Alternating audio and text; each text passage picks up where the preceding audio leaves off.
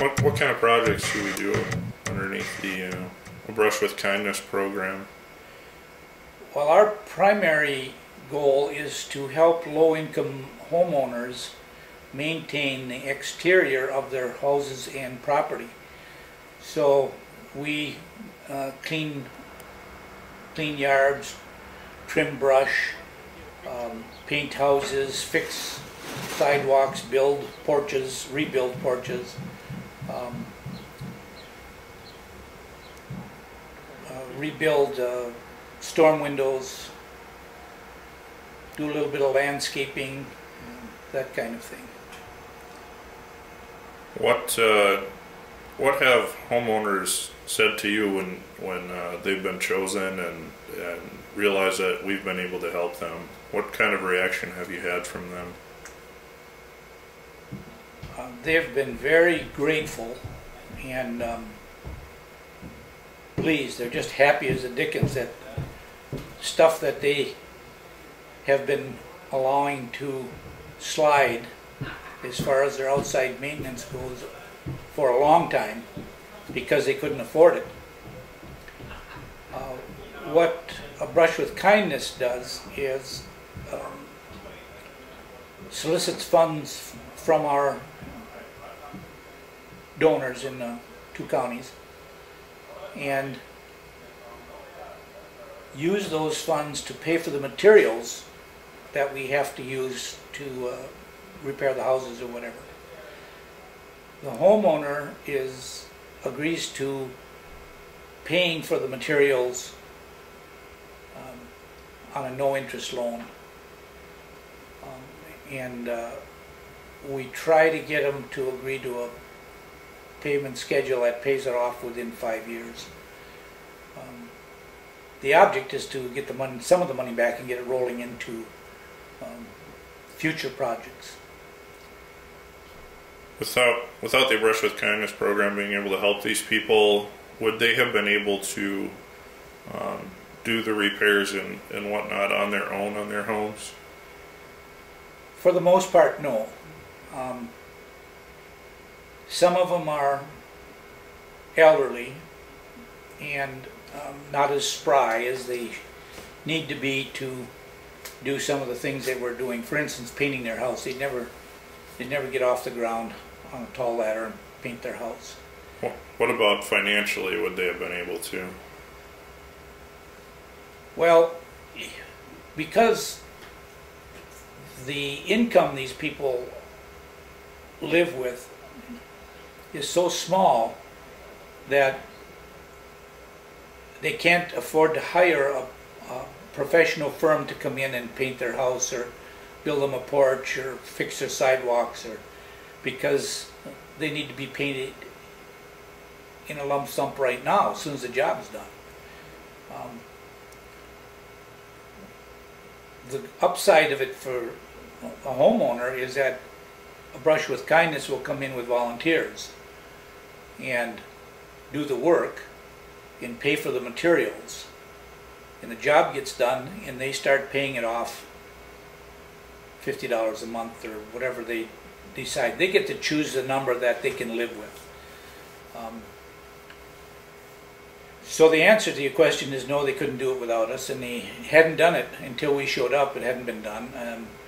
Many of these properties have languished for decades without being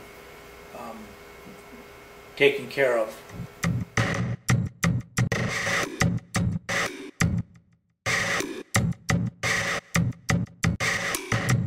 My name is Sharon Deezer, and I live at 1008 13th Avenue Northeast, and I have had Habitat come and help me take down my garage and some sheds. They are also going to help put a deck on my daughter's house, and I believe they're going to put some steps and do some work on the outside of my house. How did you hear about the Habitat opportunity? I got the flyer in the mail, and I called and I asked how I would qualify, or if I could qualify for getting some help for fixing up my house, which is in desperate need. And how's your experience been with Habitat so far? I would say it's great. I would say people said they would come and help me, and they've done that. I couldn't expect anything better. I mean, it's something I've always hoped for, that there was a program like this, and I've needed the help for some time. What did you think about the volunteer group that came in to help you? I think they're really great. As far as the application process, did you find that easy? Were there things that could make it better? Well, I would say that as far as filling it out was fairly simple. I mean, you just had to read it, and you have to be truthful. You can't lie on it. If Habitat didn't have this program to help you out, you know, through moving your outbuildings and other things like that, how would you have gone about being able to fix those problems, or would you have been able to? I would not have been able to. I would have had to, since I didn't know the program was existing, I was just hoping maybe a tornado would take the garage down. Is there anything else you'd like to share with other people who might be in your same situation? I would say just don't give up. Habitat works. You just need to fill out the paperwork, be patient, follow the guidelines, and it's just time, and it will happen.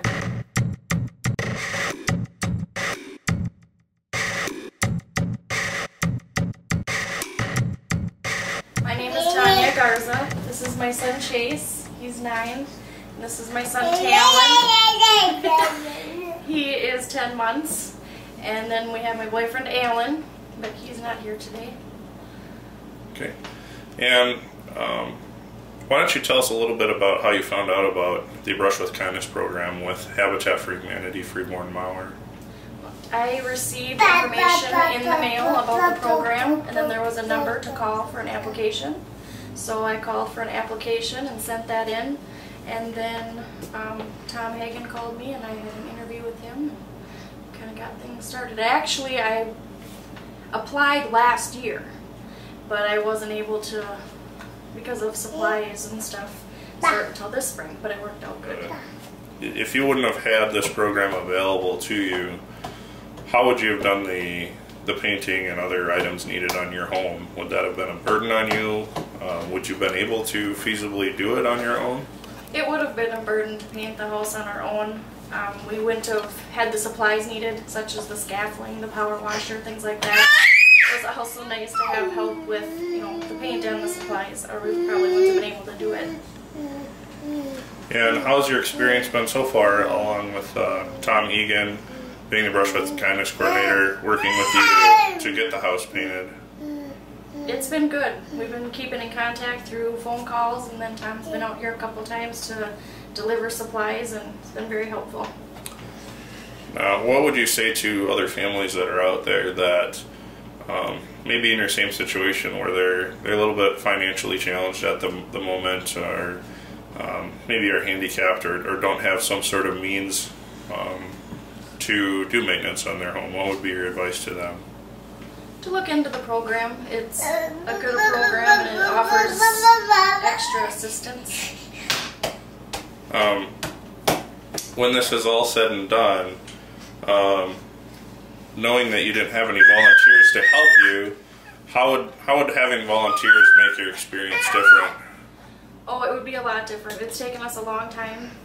My boyfriend Alan is a stay-at-home dad, so to get the time to paint with Talon, it's been pretty difficult. I actually took a week's vacation so that I could help him, and then also watch Talon so that he could do some. So it's been, I think, a couple-month project already. Why don't you go play? My ear.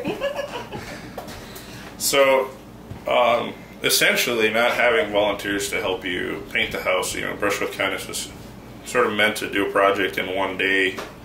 It actually took time away from your work, which would have been income you would have had, and And I imagine too for Alan, I know he's been searching for work, that probably takes away time there too. Right.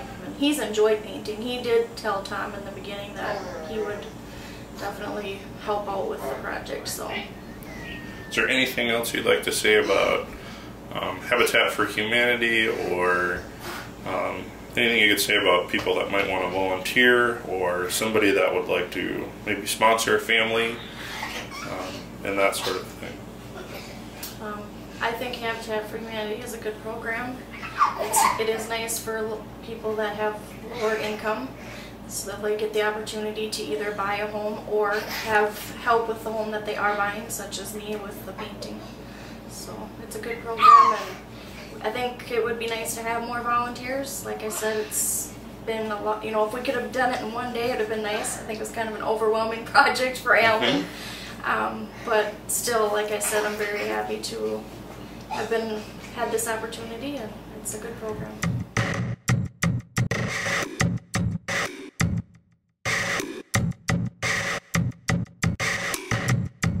Do we have enough volunteers now, and what kind of roles do they need to fulfill?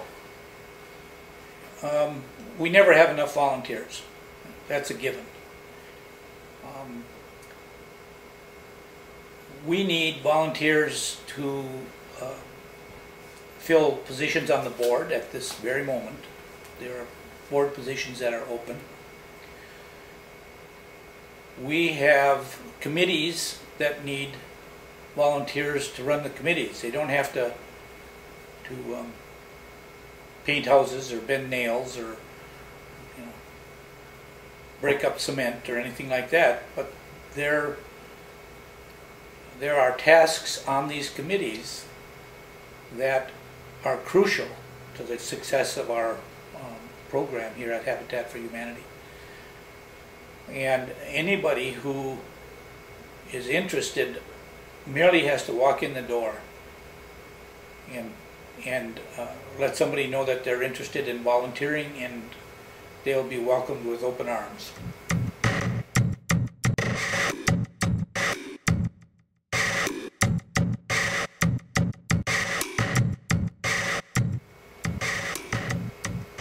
What message do you have for people maybe out there that are in a situation that could either use a house or might need some work done on their home? What is your advice to them if they need that help and they don't think that they could pay for it themselves?